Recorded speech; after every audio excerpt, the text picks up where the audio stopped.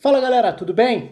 Vamos falar especificamente sobre o Europeu Sub-21, que começa nessa quarta-feira, fase de grupos da fase final, né? Tem todo o processo de eliminatórias, eu sempre faço questão de esclarecer isso, até porque muita gente pergunta: pô, mas tem um jogador de 22 anos, de 23 anos, jogando um torneio que chama Europeu Sub-21, qual a lógica? O Europeu Sub-21 é o nome dado ao ciclo de 2 anos, então o limite de 21 anos vale para o início do ciclo.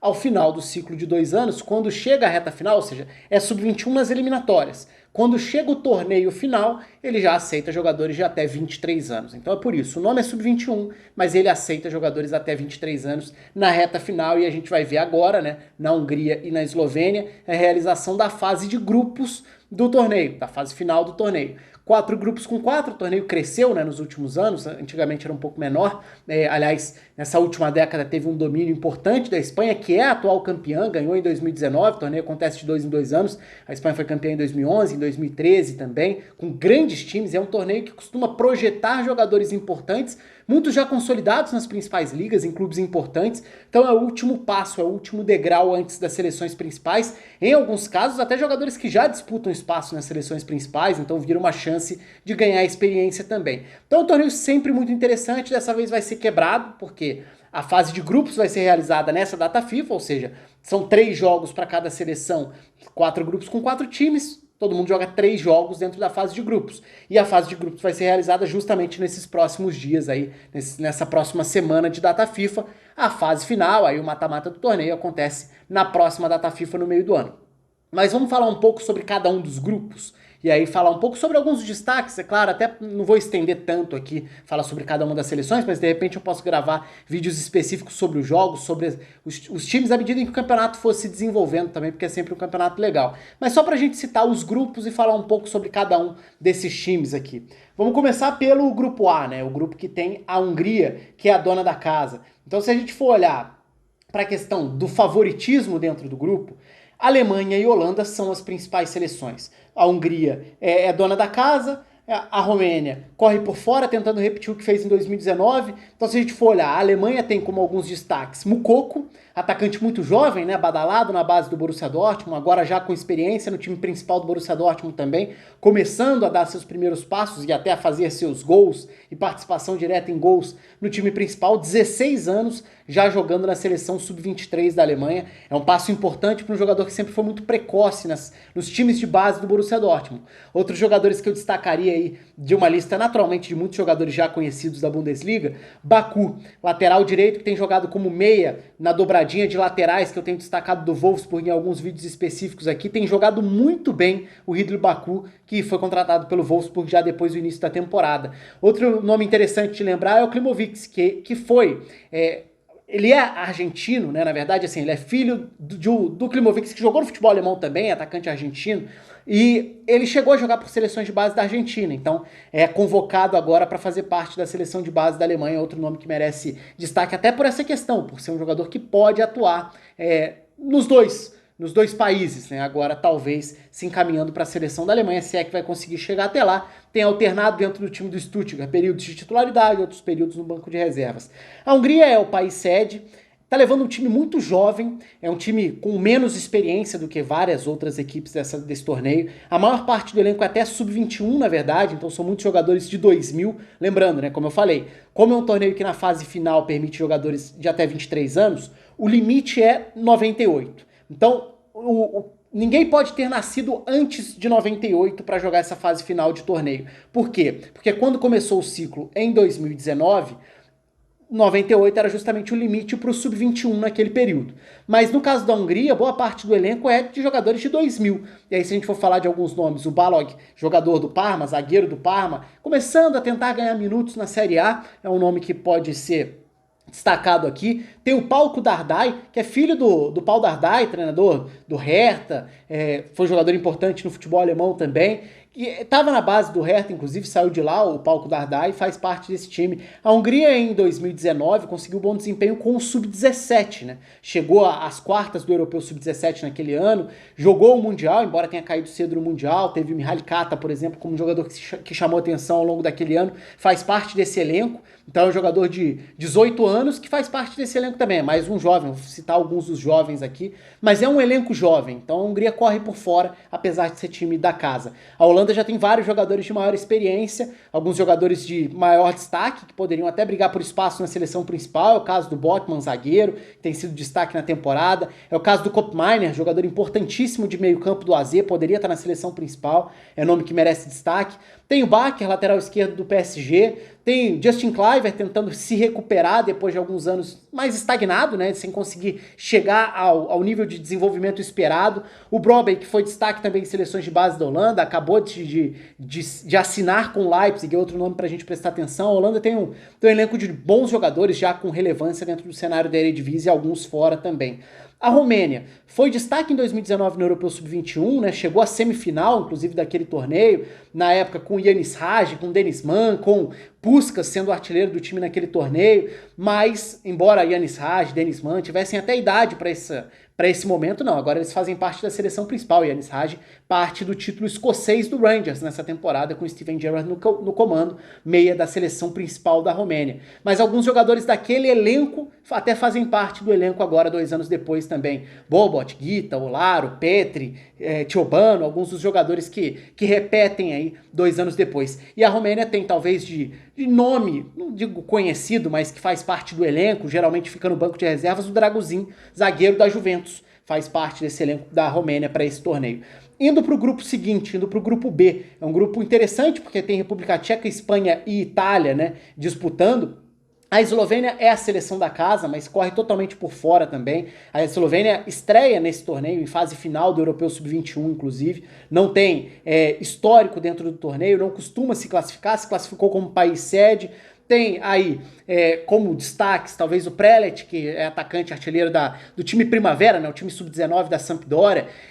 2 jogadores que estrearam pela seleção principal da Eslovênia em 2020 fazem parte desse grupo, Cherin e Dejan Petrovic. São jogadores que talvez sejam referências dessa Eslovênia, mas que correm totalmente por fora, né? Quando a gente fala nesse grupo, a gente naturalmente vai olhar para a Itália, que tem vários nomes importantes dentro do cenário da Série A. Talvez o principal nome desse elenco seja o Tonali, né? Até pela forma como ele foi contratado, badalado, ainda não conseguiu regularidade no mais alto nível no meio-campo do Milan, mas é um nome importante e não é o único nome importante de centro de campo, né? Se a gente olhar para a Itália, a gente vai falar de Rovella, de Pobega, de Maggiore, são jogadores importantes ao longo da temporada, alguns deles aí no Spezia, que tem sido um time interessante de ver jogar na Série A nessa temporada.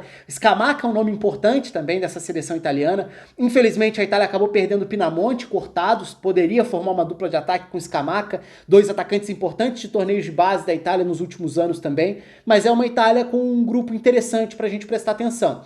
Não é, em tese, um grupo mais forte, individualmente falando, do que o da Espanha, que, embora tenha jogadores importantes com idade convocados para a seleção principal, por exemplo, Pedri, o Bryan Gil também, né, ou Bryan Gil, convocados para a seleção principal, mas é uma Espanha que tem Mingueza e Morey, jogadores que estão ganhando espaço, né? O Morey conquistando o espaço dele na lateral de direita do Borussia Dortmund, o Mingueza ganhando espaço pelo lado direito da zaga do Barcelona, mas se a gente olhar para o centro do campo, Zubimendi da Real Sociedad, Gonçalo Villar faz ótima temporada pela Roma, virou uma peça importante, né? Como um termômetro, tem seus altos e baixos, é verdade, mas acho que a forma como ele se estabeleceu como peça importante do time do Paulo Fonseca merece destaque. Riqui Puig, jogador de um potencial enorme do Barcelona, então pode ser um meio-campo muito forte esse da Espanha. Da Espanha que tem também Brahim Dias, um nome importantíssimo, Cucurella, jogador que cresceu muito também nas últimas temporadas, desde o Eibar, depois indo para o Getafe também. Barrenetxea, muito jovem, mas que a cada temporada deixa boa impressão, alguns brilhos na equipe da Real Sociedad, são alguns dos nomes de uma Espanha forte,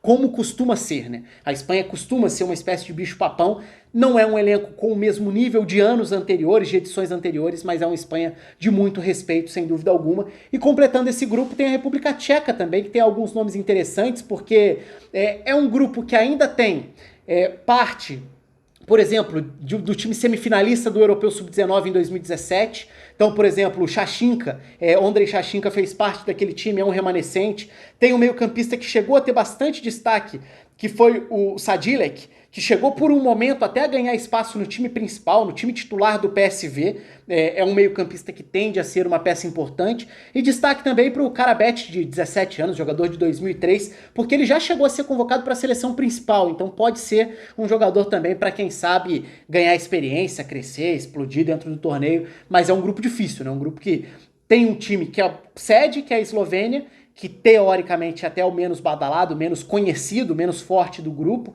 mas Espanha, Itália, pedreiras, República Tcheca com alguns nomes interessantes, embora alguns dos jogadores com idade também já tenham subido para o elenco principal. Indo para o grupo C, é um grupo que tem a França, o elenco da França é um absurdo, né? E isso vai muito além de ir bem ou mal dentro do torneio. A França pode corresponder, pode ser campeã, é o elenco mais forte do torneio, ou pode cair mais cedo, e não vai mudar a avaliação da qualidade do elenco. Então, se a gente olha para o elenco como um todo, a gente vê um festival de nomes muito fortes. Isso acontece na seleção principal, isso acontece nessa seleção sub-23 também. Então você olha para o meio campo, tem Aouar, tem Camavinga, tem Tchouaméni, que faz ótima temporada no Mônaco. Aí olha para a defesa, tem Fofana, tem Kalulu, tem Koundé do Sevilha, tem Konaté do Leipzig. Então assim, o que não falta é nome de destaque da França. A França é o grupo mais forte dessa competição. Aí isso vai além de fazer qualquer tipo de previsão, vai na questão da avaliação individual dos jogadores mesmo. Mas é um grupo que tem Islândia, Rússia e Dinamarca. É um grupo que a França naturalmente caminha com um favoritismo amplo para passar, mas tem alguns pontos interessantes para a gente observar dentro desse grupo. A Dinamarca tem alguns nomes já com relativo sucesso dentro do cenário nacional. Eu gravei um vídeo há alguns meses falando sobre o Nordsjælland, sobre o sucesso da base do Nordsjælland, e naquele vídeo eu até cito o Kofod Andersen como um jogador importante de meio campo. Ele está convocado para essa seleção. Brun Larsen também, que chegou a ter passagem pelo Borussia Dortmund, tá aí. Darame, peça importante também. Dreyer, nomes importantes, interessantes de ataque para essa Dinamarca. O grupo tem a Islândia, e é interessante ver a Islândia numa fase final de um torneio de base, num torneio que serve como um degrau anterior à seleção principal, porque a Islândia vem da sua melhor geração da história da seleção principal, né? Com a Euro 2016, com vaga na Copa em 2018, e tentando essa renovação. Ficou em segundo lugar nas eliminatórias do grupo da Itália, então deixou pelo caminho Irlanda e Suécia. Isso é relevante para um país pequeno como a Islândia, mas que vai tentando se consolidar como um time competitivo no futebol. Entre os nomes, né, acho que não são nomes dos mais conhecidos, um chama atenção, que é o Sven Aron Gudjohnsen, que é filho do Eidur Gudjohnsen, que fez história no Chelsea, foi atacante também do Barcelona, mas talvez o nome de maior destaque tecnicamente para a gente prestar atenção é o Isaac Bergman Johannesson, porque ele tem 18 anos, é jogador de 2003, titular no Norrköping da Suécia, destaque do campeonato sueco em 2020, foi um dos líderes de assistências do campeonato já na temporada passada, e para um jogador muito jovem, esse é um cara que em breve pode dar o salto para a seleção principal, talvez até mais rápido do que muita gente imagine aí, ou pense para um jogador tão jovem. Então é um nome para a gente prestar atenção dentro dessa seleção da Islândia, que corre por fora dentro do grupo. A Rússia tem nomes já com experiência em time principal, por exemplo. Se a gente for olhar para esse grupo, para esse elenco da Rússia, a gente enxerga 3 jogadores já consolidados dentro do elenco, por exemplo, do CSKA Moscou, Diveev, zagueiro, titular do time na maior parte da temporada, Shalov, já até mais experiente, por que não, né? O atacante, Obliakov, jogador de meio campo, meio-campista, podem ser referências dessa seleção da Rússia, que também tem um garoto que está ganhando espaço recentemente, que é o Zakarian, que é um ponta, um meia aberto pelo lado direito, que está começando a ganhar espaço, 17 anos, ganhando espaço nessas últimas semanas no Dinamo Moscou. Então é um jogador que, pelo momento recente, vale a pena prestar atenção, porque pode também ser um torneio para aproveitar o momento dele de crescimento. E para fechar, o grupo D tem Portugal, que é outra seleção bem forte, tem a Inglaterra, que é uma seleção que é um país que tem tido a sua base muito badalada e bem sucedida nos últimos anos, além de Croácia e Suíça. Então é um outro grupo interessante também, mas que tem Portugal e Inglaterra teoricamente como favoritas. Se a gente for olhar para a Croácia, Ivanovic e Maier, jogadores do Dinamo Zagreb, que acabou de eliminar o Tottenham na Europa League, né? Bradaric do Lille é outro nome importante, jogador lateral esquerdo de seleção principal, já com experiência na seleção principal, tá no grupo. Uma pena o corte do Borna Sosa, que faz ótima temporada no Stuttgart, como lateral esquerdo, como ala pela esquerda. O Gvardiol também foi cortado. Então são cortes importantes para a linha de defesa da Croácia. Poderia ter jogadores de maior qualidade até dentro desse torneio. Na Inglaterra, por falar em corte, né, o Greenwood cortado é uma pena, porque seria um dos principais nomes dentro do torneio, mas a Inglaterra tem nomes de qualidade, né? Hudson-Odoi, Curtis Jones, Smith Rowe, são alguns jogadores já importantes, né, que vão se consolidando nos elencos de Chelsea, de Liverpool, de Arsenal, mas Ryan Sessegnon e Max Aarons. Interessante ver como vai ser a utilização desses dois laterais que conseguem ocupar o corredor, né? O Ryan Sessegnon teve um início de carreira muito forte, depois deu uma freada muito grande, perdeu o protagonismo, mas ainda é jovem e pode ser um dos nomes dessa Inglaterra também. Vamos ver qual vai ser o espaço para ele. Inglaterra na zaga tem o Ben Godfrey também, já zagueiro experiente já na Premier League, agora com a camisa do Everton. Em Portugal, uma geração famosa que é a geração de 99, que fez muito sucesso nos torneios de base, acabou decepcionando muito no Mundial Sub-20 de 2019. Portugal tinha provavelmente o elenco mais forte do torneio e caiu na fase de grupos, mas isso não diminui a qualidade e o potencial de Portugal para essa geração. E tem nomes importantes, Rafael Leão, Trincão, Diogo Dalot, tem o Pedro Gonçalves fazendo temporada importante no Sporting também. São vários os nomes que a gente poderia destacar, nomes que tiveram sucesso nos torneios de base por clubes ou nos torneios de base por seleção, alguns com mais ou menos espaço nos times principais, mas é uma seleção de Portugal que desperta muita curiosidade porque tem força, porque tem potencial. E para fechar, a Suíça também não tem muito, ao contrário dos nomes anteriores, né, não tem grandes nomes consolidados assim como destaques, mas fez uma campanha interessante nas eliminatórias, inclusive terminando empatada com a França, que a França badalada, a base fortíssima. A França ganhou uma e perdeu a outra para a Suíça. Os dois terminaram empatados dentro da fase de grupos. Então é interessante prestar atenção no que essa Suíça pode mostrar. Tem o Okafor do Salzburg, né, jogador de velocidade de lado de campo, talvez um dos nomes mais importantes.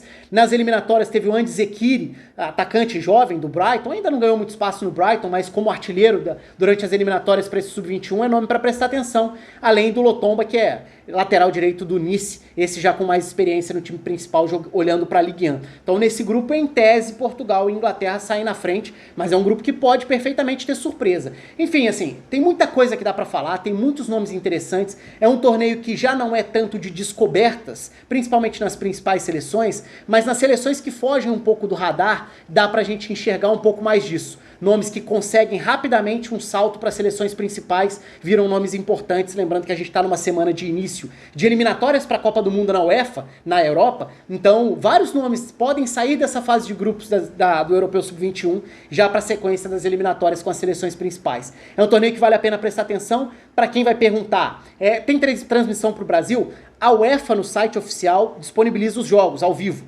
então dá para assistir pelo site da UEFA. Para quem estiver interessado, vale a pena porque é um torneio bem legal. O espaço está aberto para vocês aqui embaixo. Um abraço, curtam o vídeo, se inscrevam no canal e até a próxima.